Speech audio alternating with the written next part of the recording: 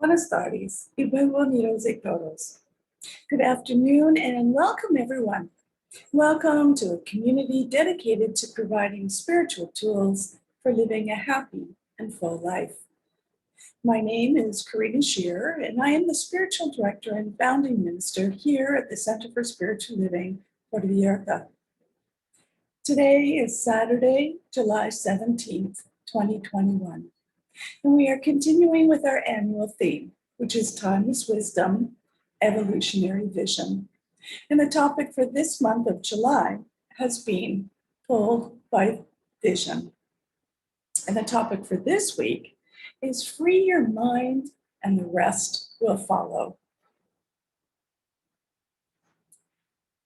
So each week we begin with a spiritual practice called affirmative prayer, which is also known as spiritual mind treatment. And this is a powerful tool and a practical tool that shifts our consciousness so that we are open and available to accept all the good that is already present in our life. It aligns our thoughts with all good. So let's move into today's service with intention, as we do each week, with a reading from the Creative Thought magazine. And today I'll be reading from July 19, 2014. Spiritual mind treatment is always done in the first person. So I invite you to close your eyes and take these words as your own if you so choose. I am the light. I am light in action. Spirit, infinite intelligence, God, ultimate power, light illuminates all. This light shines on everyone and every one of this world. This light too illumines me. It moves and has its being in me and as me. God's light is my light now. I rest in knowing I am the light and I am light in action. As I glow in divine radiance, so does this orb called Earth. I know my word has the power to make manifest that which I truly desire. I align my consciousness with God so that I may see my inner light and view more clearly my greater ideals. As I speak with authority, I claim truth, peace, understanding, and love as the center of my being. I awaken to this realization and become immune to anything unlike wholeness. Duality does not exist, nor does it have any place in my world. I live as authentically as I know how to do. I am learning to live consciously with and in greater authenticity, knowing that more good is revealed through me with each breath. I accept these gifts as they are given and distributed to all. I release these gifts, this word, unto the universe. Thank you, Spirit. And so it is. And that was submitted by Reverend Jackie Edmondson from Arroyo Grande, California. So let's review our purpose, vision, and mission statements together.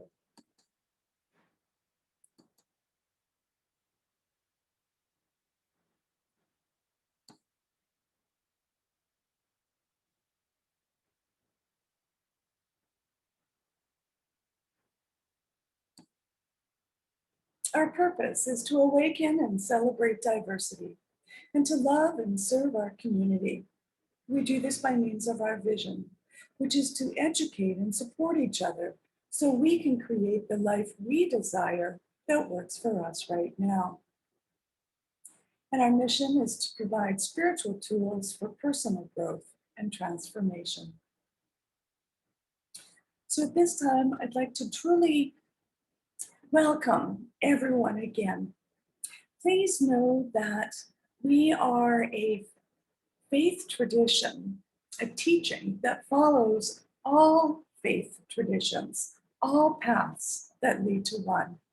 So everyone is welcome, no matter what your background is or who you appear to be on the outside. We are all one. So know that you are welcome.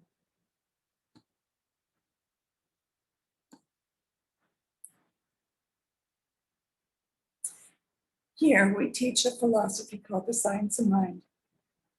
And it's a teaching based on new thought and ancient wisdom. And we offer spiritual tools and principles to promote personal growth, such as our opening treatment. And we honor diversity in all aspects so that we can see and appreciate the great oneness that already exists everywhere and within everyone.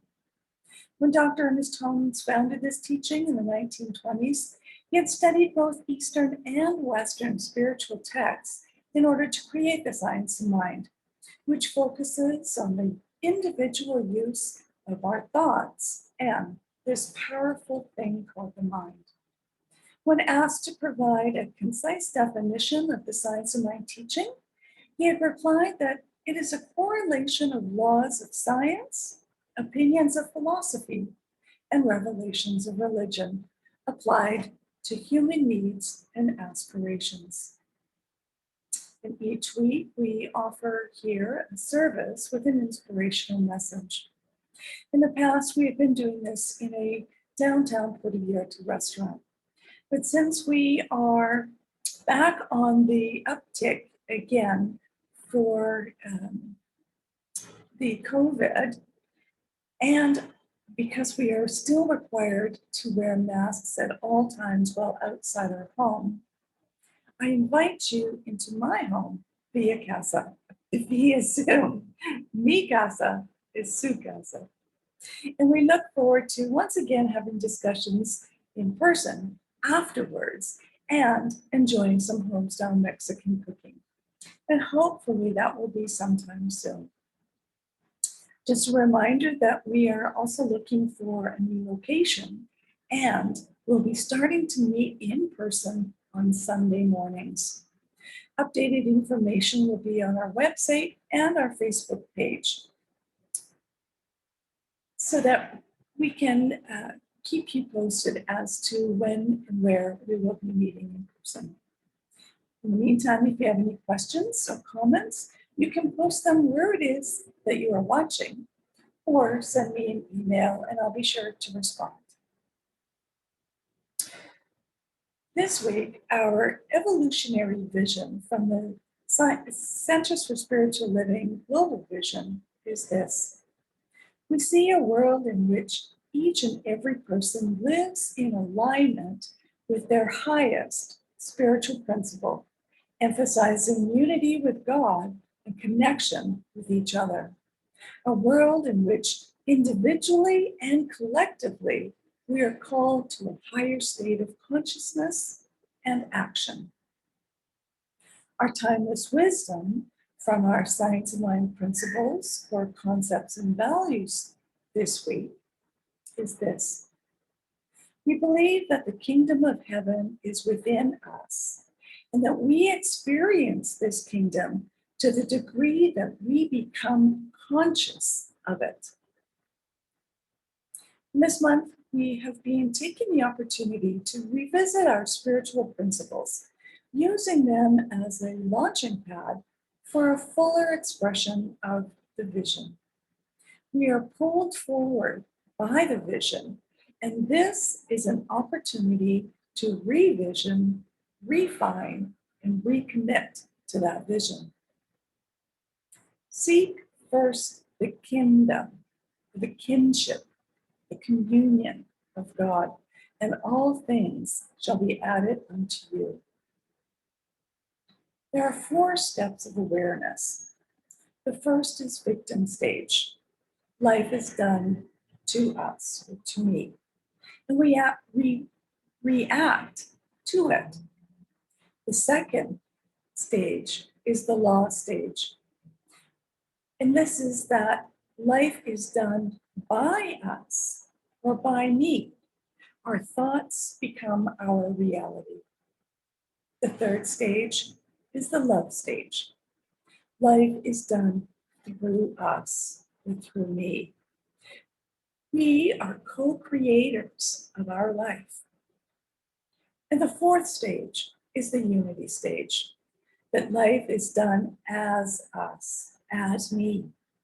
We are spiritual beings. Stage 2 of our spiritual awareness, or evolution by us, is an important part of our spiritual evolution, and it has its limitations. When we free our mind of our by us or bias or preconception, we move into stage 3 of spiritual development through us. So much more awaits us when we surrender and allow our consciousness to unfold and evolve. Ernest Holmes, in the book This Thing Called You, tells us, "You have never been left alone to fight a losing battle or contend against powers of evil. You have been left alone to discover your real nature, that as an individual, you may consciously unite with the law of life and the presence of good. Just keep right on knocking at the doorway of your consciousness until every no becomes a yes, every negation an affirmation, every fear a faith. You cannot fail if you remain steadfast. Finally, the fetters of bondage will drop from you. You will walk out of your self-imposed prison only to discover that the door was never really locked and the windows were never actually barred. You were bound merely by chains of unbelief." So I've seen and heard a lot of people like me have been gaining what I call the COVID 20. Being at home, left to our own resources, depending on our comfort foods, and as a result, gaining weight, at least in my case. So I've been trying to make changes to rid myself of that excess weight I've gathered. So, what, or should I say, who is holding me back from receiving the changes that I desire? Ernest Holmes says this: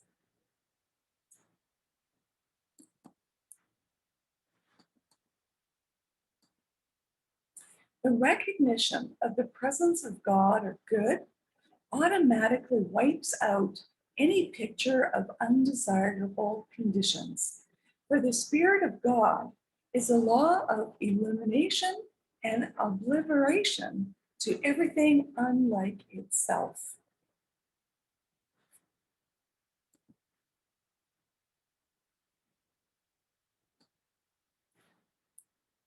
So let's look at our 3 key points for today.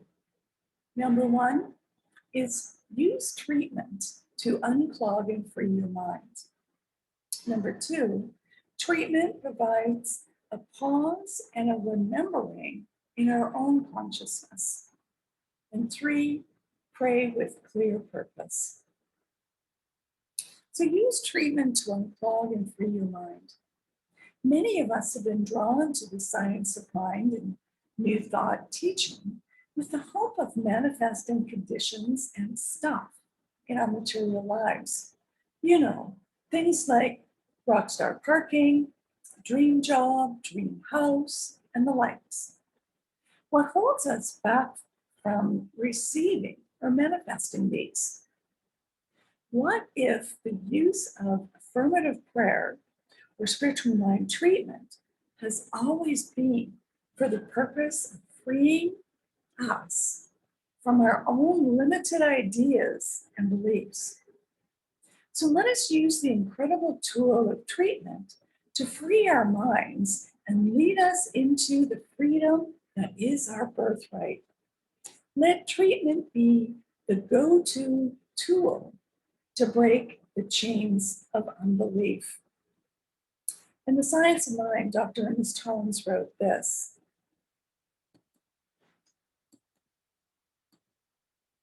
the highest realization we can have is a recognition of the omnipresence of spirit. This will set greater possibilities in motion and will automatically provide a better concept of life.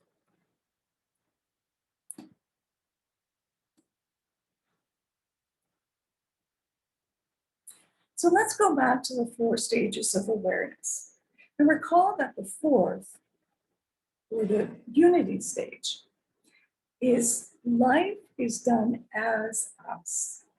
We are spiritual beings.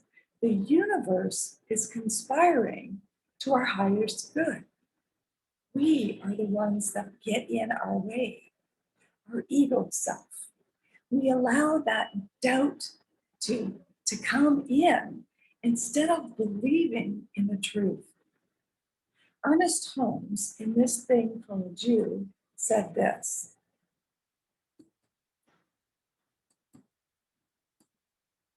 your soul belongs to the universe. Your mind is an outlet through which the creative intelligence of the universe seeks fulfillment. It is through us. So treatment provides a pause and a remembering in our own consciousness.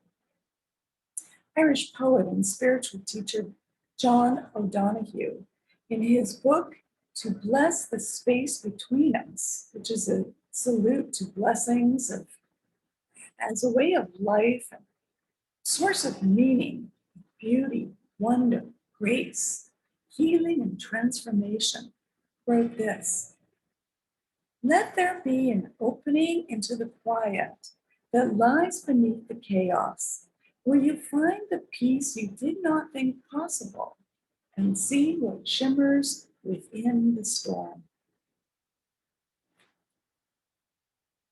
And that's from the poem Rebel Thriver. For me or anyone else trying to release that weight that we've recently gained, we must realize that we can't just say that we're on a diet and expect that the pounds will disappear, or kilos. Nor can we look in the mirror and expect to see a slimmer version of ourselves without taking the necessary steps for the change to take place or manifest. In her book, Raising Consciousness, The Shift from Separation to Oneness, Coda Robles wrote this: trying to change physical conditions, without changing my consciousness, is like trying to change the reflection in a mirror without changing the object causing the reflection. So, of course, that's me. I can't change my reflection without actually changing me on the inside to produce a different version on the outside. And this leads us to our third point: pray with clear purpose. The purpose of prayer is for our awareness to shift so that we become aware of what is actually true and we use it so we can shift what is happening in our own minds. Prayer is for us to free ourselves from wrong thinking and wrong ideas into the right. We don't pray for miracles, we pray for naturals. And we must believe it and embody it to achieve it. Yogananda said this: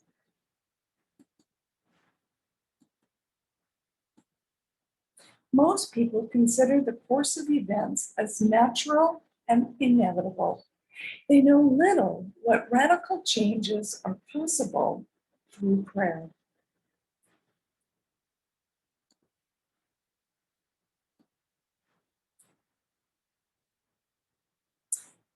So in closing, when we pray, not for an outcome we are trying to control into being, but for the purpose of allowing the divine wisdom within us to rise into our consciousness and guide our steps, we are more fully realize, or we can more fully realize our purpose as emanations of the One.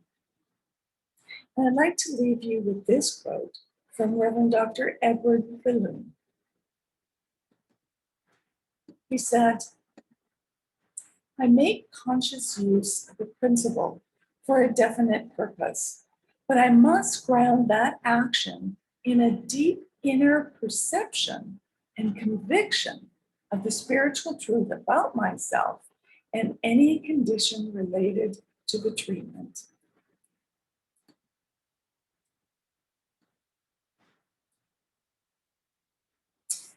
And so our affirmation for today is this: I allow Spirit to fill me to overflow, revealing divine truth.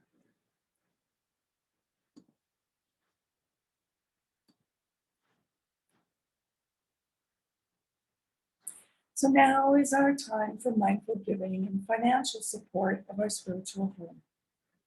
We rely on your continued support of our center here in Puerto Vallarta so that we can continue offering this powerful teaching of the science of mind. And we bless the financial gifts that you give today.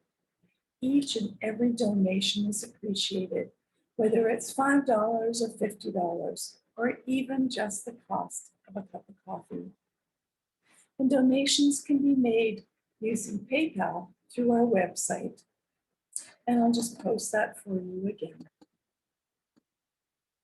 So if you go to our website, www.cslpv.org, on the landing page, you will see a Donate Now button.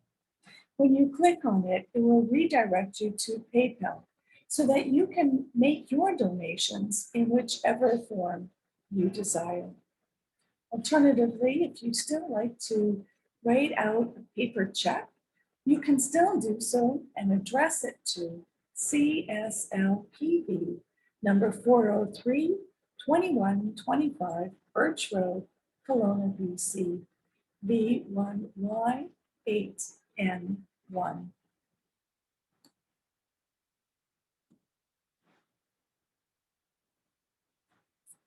So now, if you would like to join me together in saying our offertory affirmations, if you want, if you so choose. I know that my giving blesses and multiplies all that I am, all that I have, and all that I give and receive. I do give eternal thanks for the abundance that is mine to share. So thank you for coming today and joining me. If you would like to have a one-on-one connection for a spiritual mind treatment to assist you with change, please connect with me. And if you would like to commit to being a member of the Center for Spiritual Living Puerto Vallarta for this current year, or if you would like to be on the board of our trustees, please contact us so that we can send you the current forms. And let's continue practicing peace. We can each be a force for peace and nonviolence. Our words and our actions can create ripples of peace around us and beyond us. Peaceful living includes acting with compassion, kindness, and consideration. And it also includes standing up against injustice. May peace and love be with you. Namaste.